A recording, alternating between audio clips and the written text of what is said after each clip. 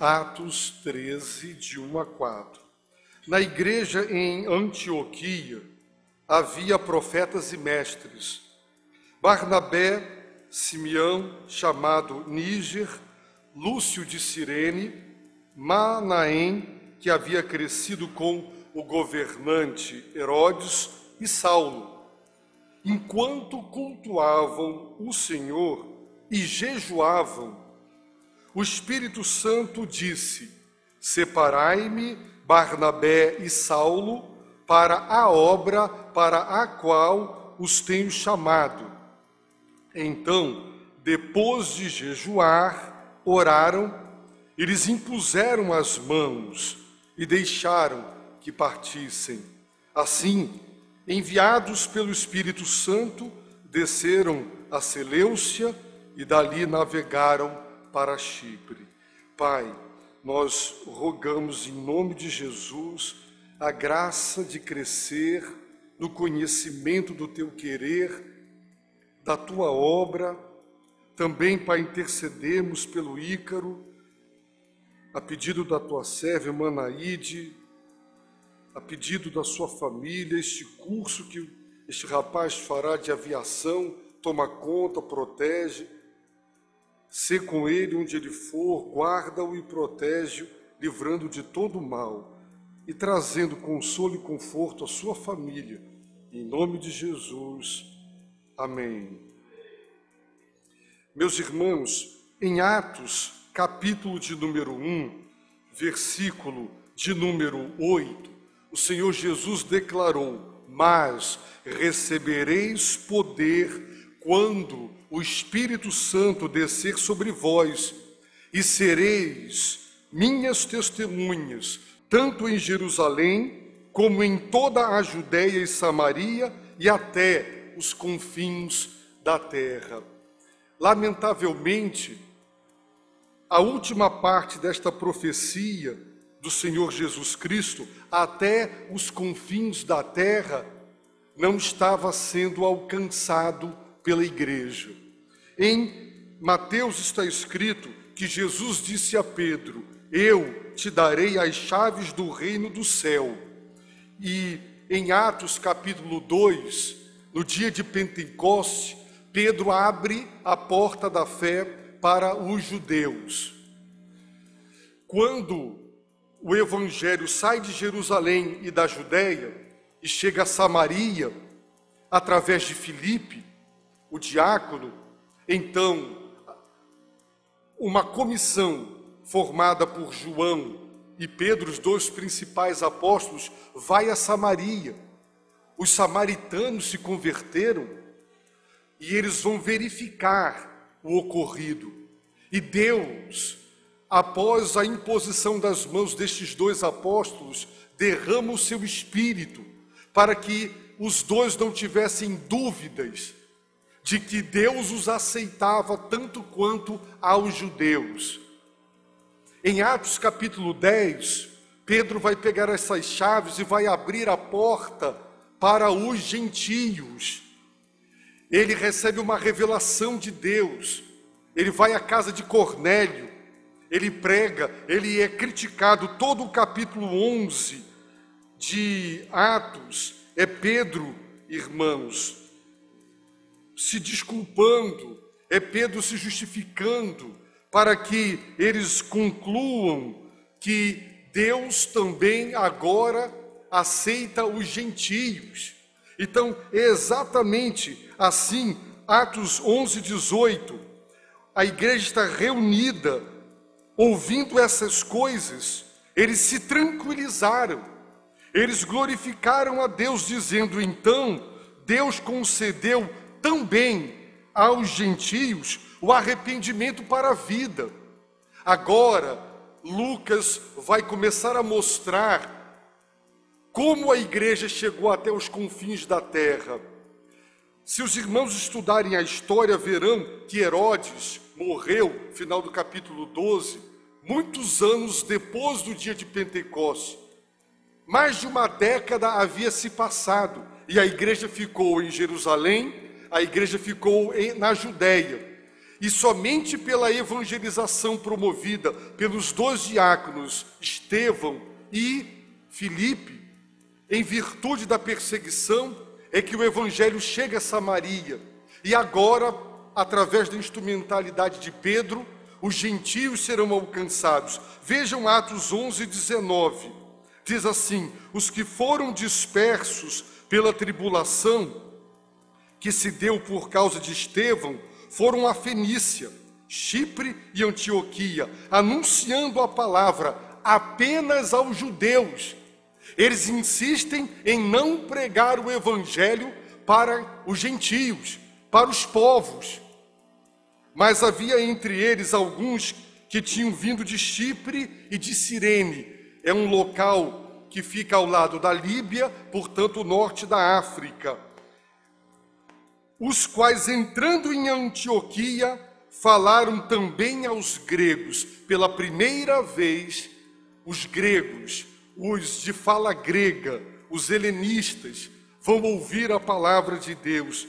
E a Bíblia diz que eles anunciaram o evangelho do Senhor Jesus, não mais o evangelho de Cristo Jesus, porque Cristo, o Messias, fazia sentido para os judeus, que tinham a esperança messiânica, a esperança de Israel. Mas para um contexto agora de pagãos, de gregos, de gentios, é mais relevante apresentar Jesus como Senhor, porque naquele tempo César se apresentava como Senhor, Quírios, como o soberano, um semideus. E agora a igreja no mundo pagão declara: o Senhor do universo é Jesus Cristo, o Senhor da terra é Jesus Cristo. E a igreja de Antioquia, portanto, é uma igreja composta de povos de várias raças. E no capítulo 13, nós somos informados que na igreja de Antioquia tinham profetas e mestres. O primeiro deles, e o mais importante, Barnabé. Quando a igreja em Jerusalém soube que em Antioquia o evangelho também fora pregado aos gregos, eles mandaram Barnabé. Vejam Atos 11, 22. Quando a notícia sobre essas coisas chegou aos ouvidos da igreja em Jerusalém, enviaram Barnabé a Antioquia. Ali chegando, Barnabé alegrou-se ao ver a graça de Deus. O que foi que Barnabé viu? Gregos convertidos. Ou seja, ele viu a graça de Deus, porque a conversão de pessoas é produto da graça. E ele exortava a todos a perseverarem no Senhor com firmeza de coração, porque era um homem bom, cheio do Espírito Santo de fé, e muita gente se uniu ao Senhor. Agora Barnabé, um extraordinário homem de Deus, com toda a humildade, ele percebe claramente que ele não tem condições de doutrinar os gregos, de doutrinar, de fazer os gentios compreenderem a fé. E sabe o que ele faz? Versículo 25. Então Barnabé partiu para Tarso em busca de Saulo. Tendo-o achado, levou-o para Antioquia. Meus irmãos, se nós cruzarmos o relato de Atos com o relato de Gálatas, nós vamos descobrir que, mediante uma revelação, Saulo é enviado para Tarso para não ser morto em Jerusalém. No mínimo, com absoluta certeza, 8 anos Paulo esteve em Tarso. De 8 a 10 anos, Paulo esteve lá. E ninguém sabe, não se tem um registro do que Paulo fez durante esses 8 ou 10 anos onde ele está em Tarso, até que Barnabé o encontra e o traz para a igreja de Antioquia. Nós temos relatos do apóstolo, por exemplo, em 2 Coríntios, onde ele fala de sofrimentos pelos quais ele passou, que nem na primeira viagem, nem na segunda viagem podemos constatar. Portanto, é possível que naqueles 8 anos, na sua própria cidade natal, em Tarso, ele tenha sofrido muitas dasquelas tribulações e flagelos que ele compartilha. Em Filipenses capítulo 3, ele fala que perdeu tudo. E é possível que ele tenha sido desertado da sua família. A sua família, talvez esposa e família, o abandonou, o excluiu em virtude da sua conversão. Agora, meus irmãos, Barnabé traz Saulo. E agora no capítulo 13, nós encontramos Barnabé, encontramos Simeão, chamado Níger. Em latim a palavra significa negro. Portanto, Simeão era um homem negro, africano, e aqui dá para perceber como a cidade de Antioquia era cosmopolita e os membros da igreja também. Portanto, nós tínhamos lá Barnabé, um judeu, Simeão, chamado Níger, um negro, um africano, Lúcio de Cirene. Cirene é um país que fica agora ao lado da Líbia, no norte da África, mais um africano, Manaém, que havia crescido com o governante Herodes, e Saulo, o grande doutrinador. A Bíblia diz que enquanto cultuavam o Senhor e jejuavam, o Espírito Santo disse: separai-me, Barnabé e Saulo, para a obra para a qual os tenho chamado. O tempo do verbo chamar indica que quando o Espírito Santo revelou através de um profeta no culto, ordenando que separassem Saulo e Barnabé, ele já tinha chamado Paulo ou Saulo e Barnabé. A chamada dos dois já havia acontecido. Eu suponho, o texto não está afirmando isso claramente, mas eu suponho que, uma vez que o Espírito Santo chamou Saulo e Barnabé para a obra, Barnabé e Paulo compartilharam com a igreja, mas a igreja resistiu àquela chamada de Barnabé e de Saulo. A igreja não queria abrir mão dos seus dois principais expositores da palavra. E não queriam aceitar aquela chamada de Saulo e de Barnabé. No entanto, a igreja fez algo importante. A igreja cultuou o Senhor e jejuava. Nesse momento de adoração, o Espírito Santo revela para toda a igreja o que ele já tinha revelado para Saulo e Barnabé. E o Espírito Santo ordena, o verbo está no modo imperativo, separai-me. Quando se deu essa revelação? Enquanto adoravam. Irmãos, quando o crente deixa de adorar a Deus diariamente, de ter um relacionamento contínuo de amor com Deus, ele não vai ouvir a Deus, porque Deus se revela exatamente através desse relacionamento. A palavra cultuar, na língua grega, significa servir, dando a ideia de que quando a igreja adora, ela está servindo a Deus. E isso amplia a nossa visão da missão da igreja. A missão da igreja é evangelizar os perdidos, mas a missão da igreja também é educar, discipular e educar e doutrinar os convertidos. A missão da igreja é viver em comunhão e conservar a unidade do Espírito. A missão da igreja é fazer obras sociais com amor, preocupar-se com os carentes, mas é também parte da missão da igreja adorar. A igreja foi feita para adorar. É tão dever da igreja adorar quanto evangelizar, quanto ensinar, quanto doutrinar, quanto viver em comunhão e quanto, meus irmãos, fazer a obra de Deus, obras de misericórdia. Portanto, a igreja estava servindo a Deus, adorando. E o jejum, nas Escrituras, o jejum nunca é apresentado sozinho como um fim em si mesmo. O jejum sempre era utilizado quando algo importante precisava acontecer. Jesus, ele orou para escolher os 12. O jejum, a igreja está em jejum, ela está adorando porque ela quer se assegurar da vontade de Deus. Porque 2 líderes estão dizendo: o Espírito Santo nos chamou para a obra missionária, para levar o evangelho a outras nações, e a igreja resiste.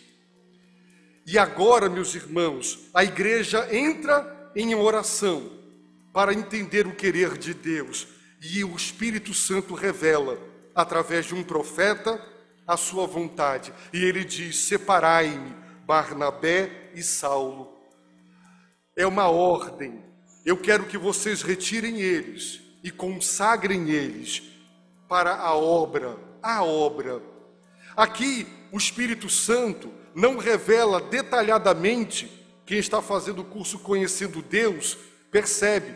Não revela para ele detalhadamente um projeto missionário, um plano missionário, com minúcias, com detalhes, dizendo: vocês vão para aqui, para cá e para acolá, farão isso, aquilo. Não há uma revelação do que eles farão. Eles são chamados para a obra, e o Espírito vai guiar passo a passo os missionários na compreensão para onde deverão ir, o que deverão fazer. Portanto, a ordem é: separai-me, tirem eles, separem eles, consagrem e enviem. Era uma ordem do Espírito Santo. Irmãos, no versículo 13 está escrito: depois de jejuar, a igreja novamente entra em jejum e oração para se assegurar da vontade de Deus.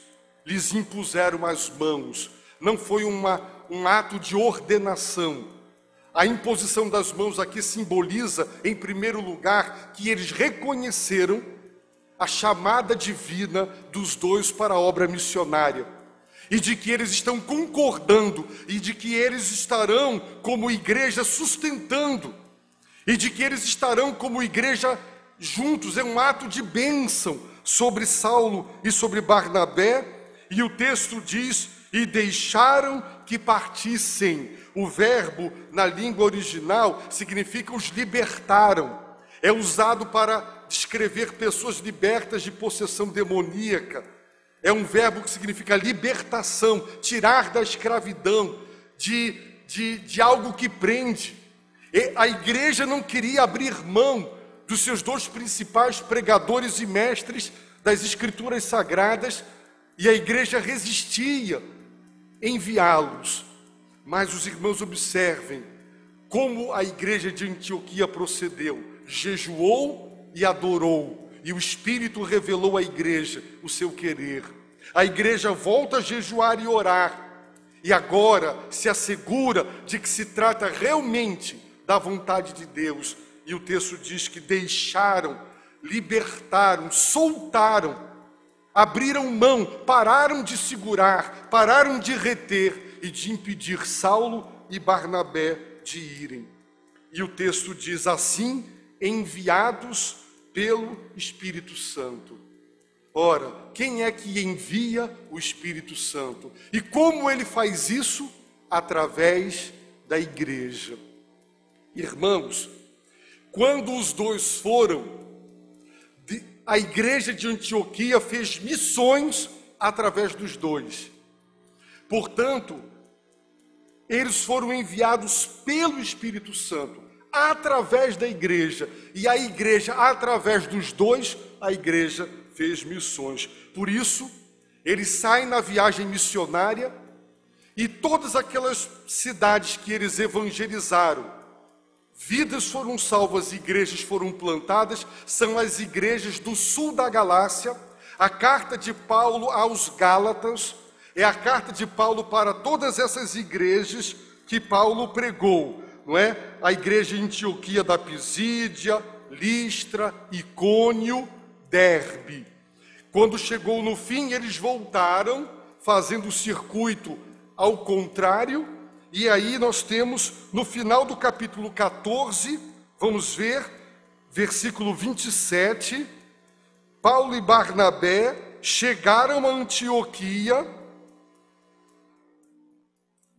Quando chegaram e reuniram a igreja, relataram tudo o que Deus havia feito, tudo, por meio deles, e como abrira a porta da fé aos gentios.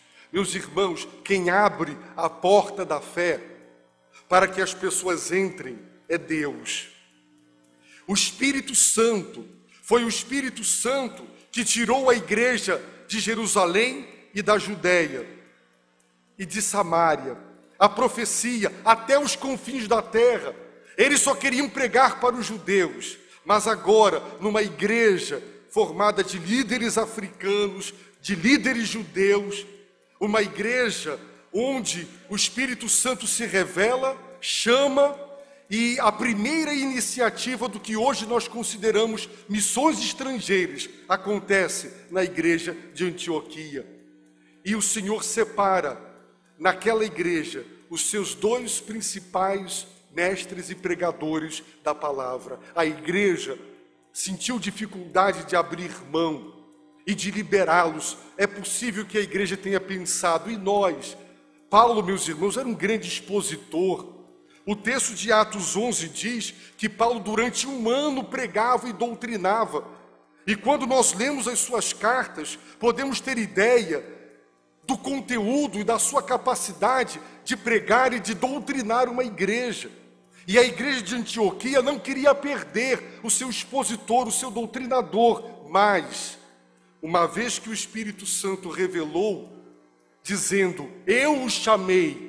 Como eu expliquei aos irmãos, o verbo chamar está no tempo perfeito, indicando que antes do Espírito Santo revelar para toda a igreja, ele já tinha revelado para Saulo e para Barnabé a sua chamada. Mas a igreja não os liberou. Quando Paulo e Barnabé disseram, Deus nos chamou, envie, nós precisamos da igreja para nos enviar. Vocês precisam orar, nos ajudar financeiramente, porque eles pegaram barcos, eles foram de cidade em cidade, eles tiveram que se hospedar, eles tiveram que comer, e foi a igreja de Antioquia que não só os enviou, mas também lhes enviou com as condições para que eles fizessem aquela viagem longa por muitas cidades no sul da Galácia, até que voltaram para a igreja de origem e prestaram um relatório. E o que foi que eles relataram? O que eles fizeram com a ajuda de Deus? Ou eles relataram o que Deus fez por intermédio deles? Eu disse semana passada que essa é uma forma espiritual, é uma forma sadia de lidar com o passado, relatar o que Deus fez. Porque essa forma glorifica a Deus, por intermédio. Sim, Deus usa pessoas, mas é Ele quem faz a obra. Alguém pode abrir o coração de alguém? Se eu pudesse, eu abriria o coração das pessoas para que elas crescem. Deus abriu o coração de Lídia, para que Lídia acatasse, acolhesse a palavra do evangelho que Paulo pregava. É Deus quem abre a porta da fé. A salvação das pessoas é produto da intervenção de Deus. Então, tudo quanto Deus operar, nós temos que saber lidar com o passado dizendo, vamos ver o que foi, o que Deus fez, por intermédio. Então, quando nós olhamos para aqueles a quem Deus usou, e para nós, o nosso coração se enche de esperança. Por quê? Porque se Deus os usou, também pode nos usar. Então, os instrumentos, eles nos inspiram, nos motivam, nos constrangem a sermos tão consagrados e dedicados como eles foram. Por isso, Deus os usou. E se quisermos que o Senhor também nos use, precisaremos ser como eles, espirituais, comprometidos e dedicados. Essa é a forma correta de lidar com o passado. É uma forma que glorifica a Deus e que dá ânimo à igreja pelo exemplo dos instrumentos que Deus usou para realizar a sua obra. Sim, Deus operou. vidas foram salvas, igrejas foram plantadas, e agora Paulo e Barnabé retornam para relatar a obra do Senhor. Meus irmãos, assim se faz missões. É Deus quem visita a sua igreja, e Ele separa na igreja quem Ele quer, e Ele quer enviar, assim enviados pelo Espírito. O Espírito Santo quer enviar, mas Ele envia através da igreja. As igrejas devem pegar os seus mestres e pregadores e colocá-los nas mãos de Deus, para que Deus os envie para onde Deus quer. A igreja também entra com a oração, a igreja pode entrar com sustento, a igreja pode ser um instrumento através do qual o Espírito Santo envia. É assim, foi assim em Atos dos Apóstolos. Depois, se os irmãos estudarem Romanos, perceberão que Paulo, ao escrever para a igreja de Roma, que ele não conhecia pessoalmente, e como o alvo de Paulo era a Espanha, ele já havia pregado na região da Ásia Menor, a região da Macedônia. Agora ele quer um novo campo missionário, e ele pretende passar por Roma, apenas de passagem. Paulo esperava, todos os teólogos são unânimes nesse sentido, que a igreja de Roma fosse para ele, na missão à Europa, mas para o Ocidente, a Espanha em primeiro lugar, fosse o que a igreja de Antioquia foi, a sua base missionária. A base missionária do apóstolo Paulo para a Ásia e para a Macedônia e a Acaia, essas três regiões, foi a igreja de Antioquia. Agora ele escreve para os romanos, para que Roma, a igreja de Roma, seja a sua base para ir à Espanha. E se Deus tivesse deixado este apóstolo viver, ele teria chegado à Espanha, talvez a Portugal, ele teria ido à França, claro que não tinham esses nomes na época, até a Grã-Bretanha, e ele teria evangelizado todos aqueles lugares. Por quê? Porque Jesus disse: recebereis poder quando o Espírito Santo vier. E ele veio no dia de Pentecoste sobre a igreja. E sereis minhas testemunhas, Jerusalém, a capital, Judeia, o estado, Samaria, até os confins da terra.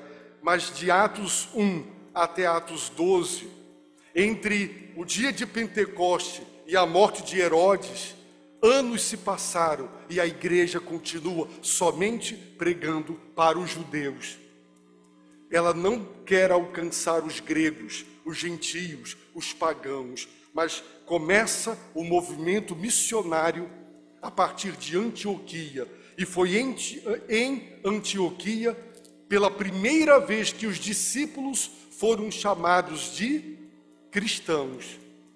Foi a partir da igreja de Antioquia que os discípulos foram chamados de cristãos, porque era uma igreja de discípulos verdadeiros, onde há o verdadeiro discipulado. O Senhor nos transforma para sermos parecidos com Jesus Cristo. E eles deram a eles, aos discípulos de Jesus, esse apelido, cristãos, porque eles eram parecidos com Jesus Cristo. Portanto, a igreja de Antioquia, meus irmãos, foi uma grande bênção de Deus para que o evangelho se espalhasse pelo mundo daquela época. E assim, uma igreja que adora, uma igreja que ora, uma igreja que jejua, uma igreja sensível à revelação do Espírito Santo, uma igreja sensível à direção de Deus, uma igreja que aprendeu a conhecer a Deus e fazer sua vontade, a estar sob a liderança do Espírito. Uma igreja, meus irmãos, que aprendeu a ser missionária. Esse é o modelo bíblico da igreja. Uma igreja que faz missões, orando, contribuindo e também enviando missionários. Portanto, esse é o padrão que nós precisamos seguir, porque esse é o padrão de Deus. Depois, com calma, os irmãos leiam o capítulo 13 e 14 de Atos, onde temos o registro da primeira viagem. Depois os irmãos perceberão que Atos 15 é o concílio da igreja em Jerusalém, porque as igrejas do sul da Galácia, Antioquia da Pisídia, Listra, Icônio e Derbe, elas receberam a visita de judeus de Jerusalém, que começaram a ensinar que para ser justificados, eles tinham que se circuncidar. E Paulo, meus irmãos, ele vai para Jerusalém, reúne com os apóstolos e os presbíteros, e a controvérsia sobre a circuncisão é tratada, e sai o parecer. Qual é o parecer? Para a salvação é pela graça por meio da fé.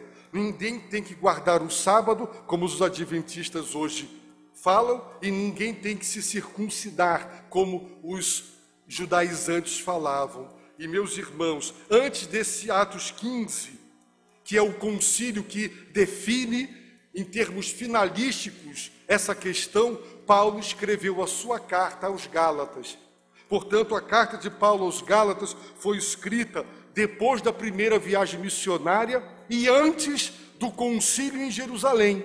Agora definido esta questão, capítulo 16 e 17 de Atos, é o registro da segunda viagem missionária de Paulo, alcançando a Europa Oriental, a região da Macedônia, atual Grécia e Acaia. E então nós sabemos que Paulo volta para Jerusalém, é preso, e ele vai parar em Roma preso. De acordo com as evidências, ele foi solto da prisão, de onde escreveu suas cartas aos Efésios, aos Colossenses, e ele então prega mais um pouco, e ao final está preso de novo quando escreve para Tito, duas vezes para Timóteo, quando ele é decapitado em Roma, e Deus assim leva o seu apóstolo para a sua presença, tendo realizado a obra missionária por seu intermédio. O livro de Atos dos Apóstolos é considerado o livro dos Atos do Espírito Santo, porque do início ao fim, o Espírito Santo é quem toma a iniciativa, é quem motiva a igreja, é quem inclina a igreja, é quem dirige a igreja para a obra missionária. Logo, se queremos ser uma igreja onde o Senhor reina, e ela é uma igreja dirigida pelo Espírito, então nós temos que erguer as nossas cabeças e os nossos olhos e contemplar, como vimos agora nesse vídeo, os campos brancos para a ceifa, a carência das nações. Portugal, meus irmãos, há 20 anos atrás, não queria mais receber missionários do Brasil e romperam com a Convenção Batista Brasileira dizendo: não precisamos mais de missionários. Nesses 20 anos a obra entrou num declínio assustador.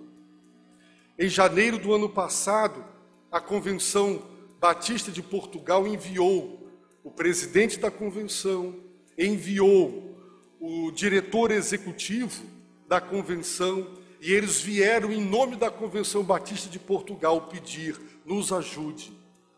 Pelo amor de Deus, mandem missionários.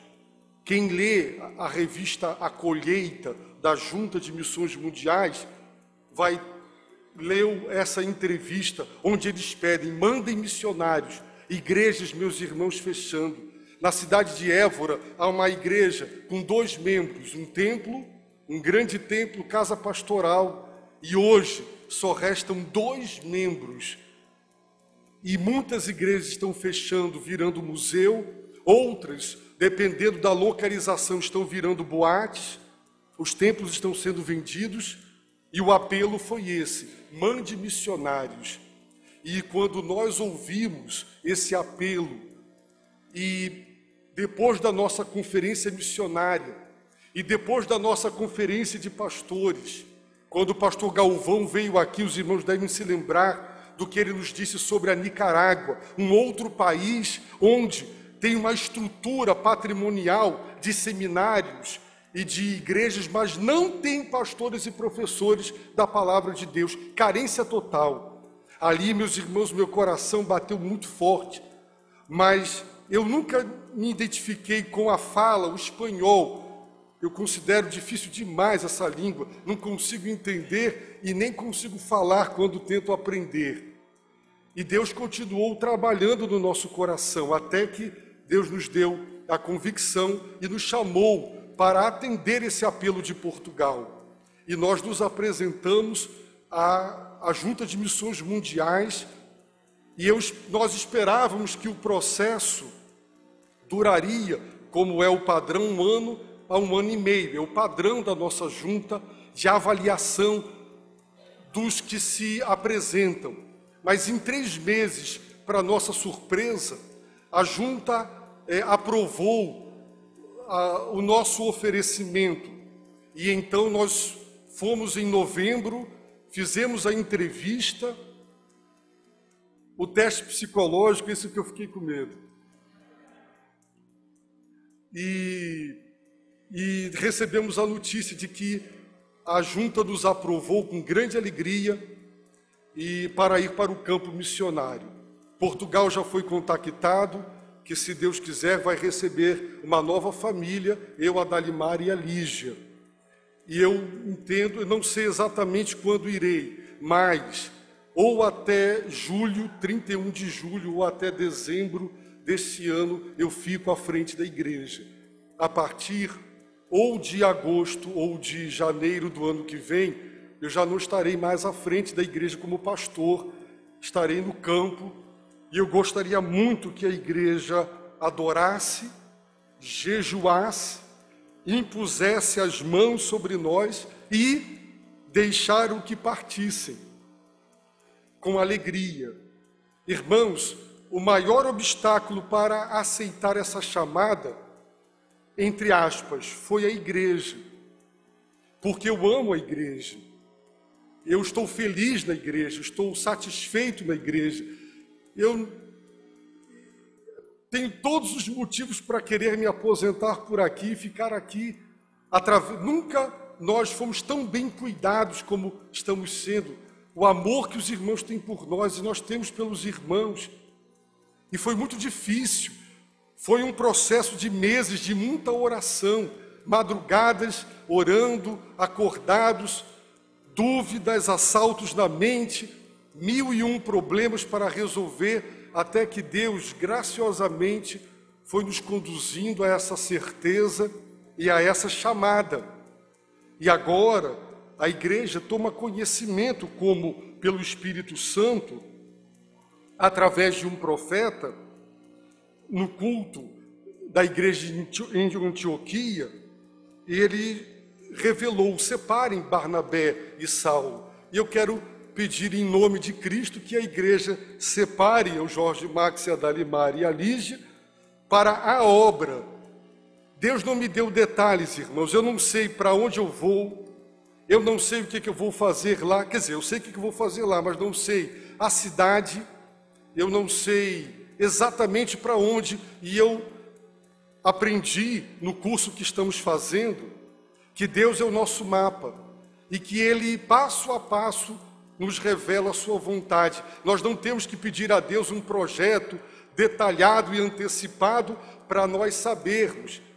Eu só sei, meus irmãos, que vai ser o maior desafio espiritual e ministerial da minha vida pastoral, porque é um campo dificílimo e desafiador, vai ser muito difícil e nós vamos precisar muito do apoio espiritual da igreja, muito mesmo. E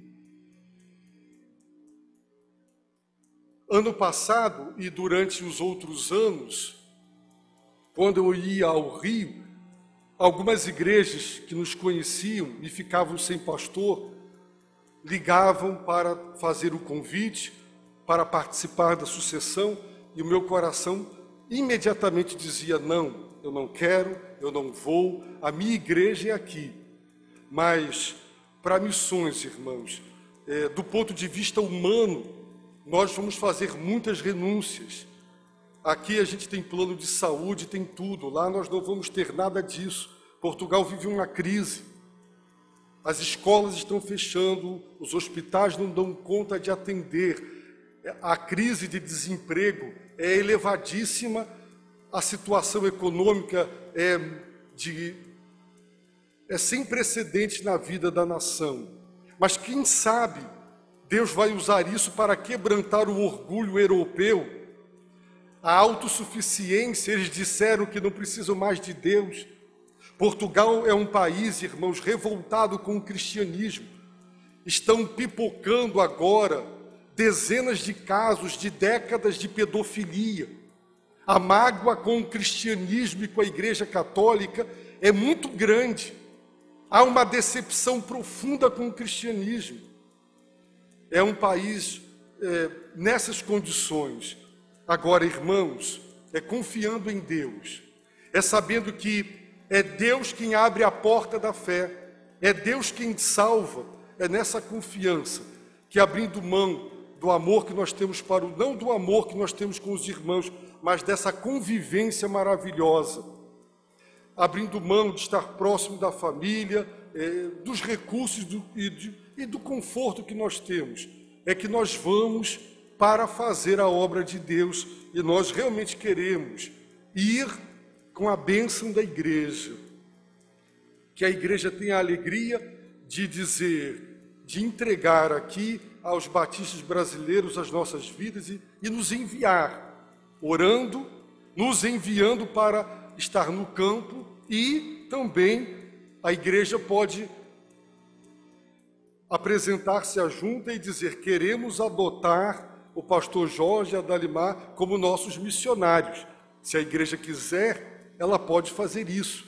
E seria muito bonito a igreja dizer: está aqui o obreiro, está aqui o sustento do obreiro, está aqui a oração. Seria para o Brasil Batista um grande exemplo de como também se faz missões. Então, meus queridos, eu tenho certeza de uma coisa, que Deus já preparou um novo pastor para servir a ele e à igreja. Caberá à igreja orar, se unir, manter-se unida, e cada um no seu posto, cumprindo o seu dever espiritual.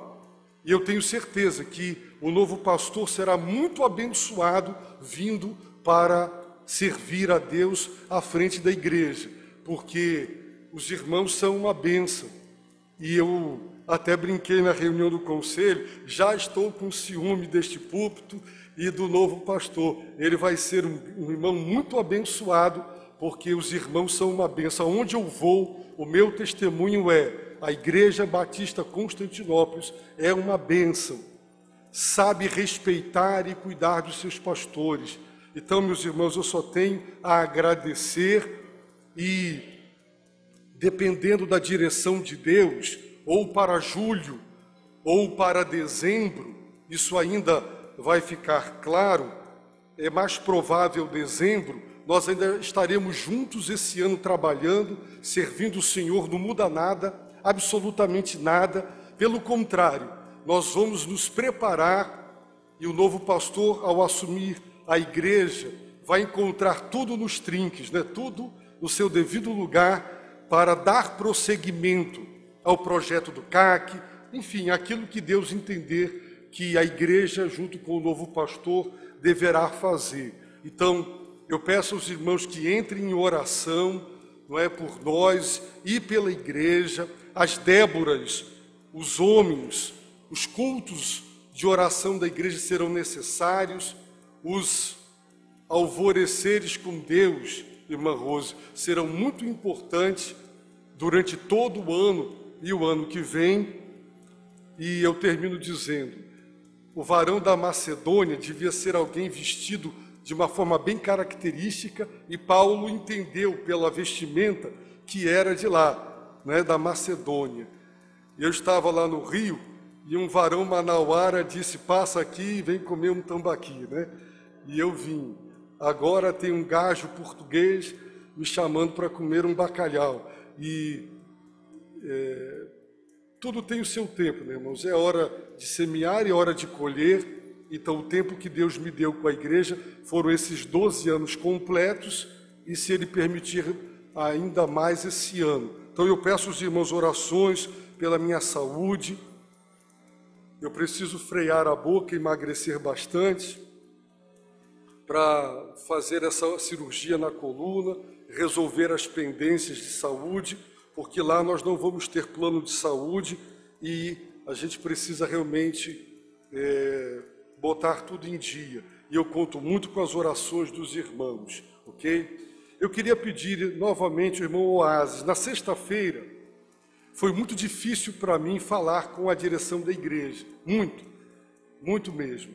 Mas o Espírito de Deus tomou o irmão Oasis de uma maneira surpreendente e ele orou de uma maneira e deu uma palavra que eu creio que trouxe para todos nós consolo e conforto. E eu queria pedir a ele novamente para vir orar, pedindo a Deus pela igreja, a compreensão da parte dos irmãos, e a obra continua. A obra continua porque o Senhor da igreja é Jesus Cristo. Os irmãos não são crentes em pastor, os irmãos são crentes em Cristo. Cada um que Deus trouxe para cá, não trouxe por minha causa, com certeza não, porque seria a pior das causas alguém ir para uma igreja por causa de um pastor. A gente vai para uma igreja porque a igreja é o corpo de Cristo.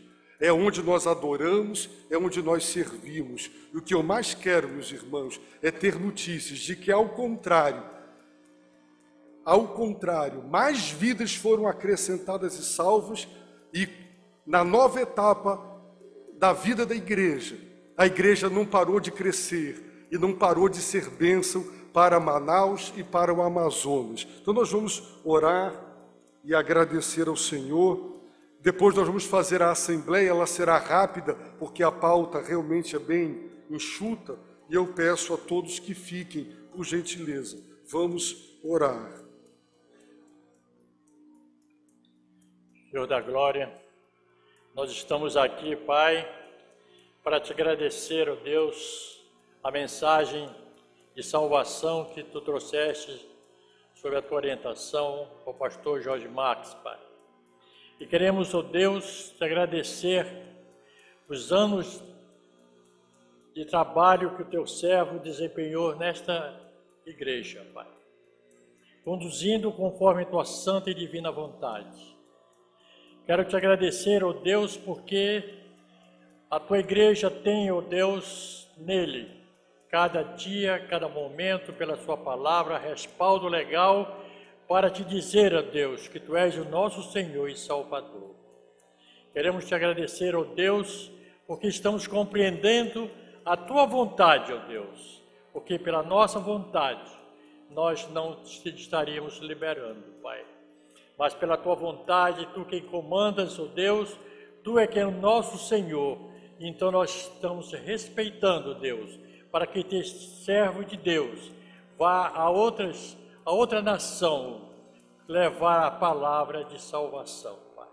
Ensina-nos, ó Deus, a obedecer. Ensina-nos, ó Deus, a conviver sempre com a tua palavra, Pai. Ajuda-nos, ó Deus, a passar a Macedônia, Pai. Tudo isso eu te peço, ó Deus, que tu continues a nos abençoar, a nos suportar, a dar, ó Deus, a tua palavra cada dia, ó Deus, para sermos fortes, robustos na tua palavra e compreendermos sempre o que tens que nos dar, Pai. Ó Deus poderoso, toma conta do pastor Jorge Marques, dá-lhe saúde, Pai. Ele precisa de saúde para enfrentar, ó Deus, a nova batalha, ó Deus, que se avizinha, Pai. Toma conta da Dalimar e da Lígia, Pai, também que vai acompanhá-los. Toma conta desse casal e filha, Pai, que vão a outra nação levar a tua palavra. Faz a tua cobertura, ó Deus, com saúde, paz, prosperidade, entendimento, e que o povo de lá entenda, ó Deus, que é uma nova vida, uma nova vida contigo, ó Deus, uma nova vida que o povo precisa renovar a sua mente naquele estado, naquele país, Pai. Em nome de Jesus, te peço e já te agradeço, Pai. Amém e amém.